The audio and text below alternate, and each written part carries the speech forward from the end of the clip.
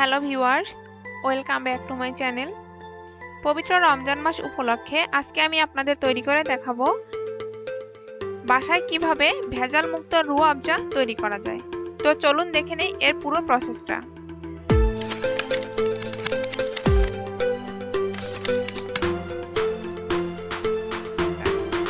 রুহ আফজা তৈরির জন্য চুলায় একটা প্যান বসিয়ে দিয়েছি। দিয়ে দিচ্ছি হাফ কাপ পরিমাণ পানি এবং 1 কাপ পরিমাণ চিনি।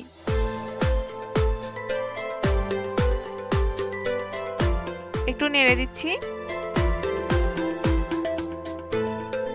কিছুক্ষণ জাল করে শিরা তৈরি করব।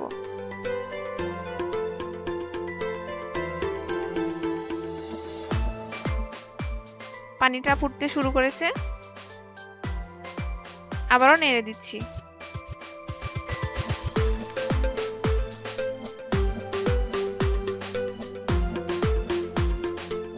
প্রায় 10 মিনিট জাল করার পরে পানিটা ফুটতে শুরু করেছে। শিরাটা কিন্তু খুব বেশি ঘন করা যাবে না। প্রায় 10 মিনিট জাল করার পরে শিরার ঘনত্বটা দেখুন, উপর থেকে নিচে একই লেভেলে ফুটছে। তার মানে রুহ আফজা শিরাটা রেডি। এবার দিয়ে দিচ্ছি 1/4 কাপ গোলাপ জল, 1 চা চামচ রোজ এসেন্স, 1 চা চামচ রেড ফুড কালার এবং হাফ চা চামচ সাইট্রিক অ্যাসিড। আবারও নেড়ে দিচ্ছি।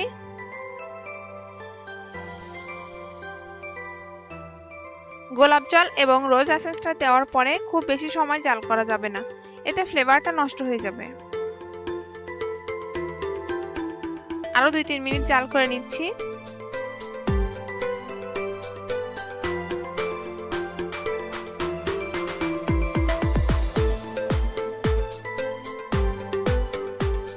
হয়ে গেছে। এবার চুলাটা অফ করে দিচ্ছি। পারফেক্ট রুহ আফজা হয়েছে কিনা এটা বোঝার উপায় হচ্ছে এটা কিছুটা ঠান্ডা হওয়ার পরে হাতে নিলে কিছুটা ঘন আর আঠালো মনে হবে। দেখুন, কিছুটা ঘন আর আঠালো একটা ভাব। যখনই এরকম হবে তখনই বুঝতে পারবেন আপনার রুহ আফজাটা তৈরি। এবার এটা ঠান্ডা করে একটা কাচের বয়ামে ঢেলে দিচ্ছি। আপনারা যে কোনো ধরনের কাচের বয়াম বা কাচের বোতলেও রাখতে পারবেন।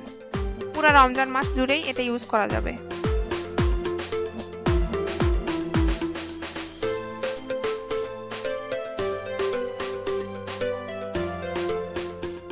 এখন আমি এটা থেকে শরবত তৈরি করে দেখাচ্ছি। গ্লাসে পরিমাণ মতো পানি নিয়ে নিয়েছি। এবার দিয়ে দিচ্ছি 1 টেবিল চামচ রুহ আফজা। আপনারা ইচ্ছা করলে 1 চা চামচ লেবুর রস এবং 1 চা চামচ চিনি অ্যাড করতে পারেন। মিশিয়ে নিচ্ছি। উপরে 1 টুকরা আইস দিয়ে দিচ্ছি। তো ভিউয়ার্স, আর নয় বাইরের খাবার, এবার ঘরেই তৈরি করুন স্বাস্থ্যসম্মত রুহ আফজা। ভিডিওটি ভালো লাগলে আপনার ফ্রেন্ডস আর ফ্যামিলির সাথে শেয়ার করবেন। আরো নতুন নতুন ভিডিও পেতে আমার চ্যানেলটা সাবস্ক্রাইব করুন। ধন্যবাদ।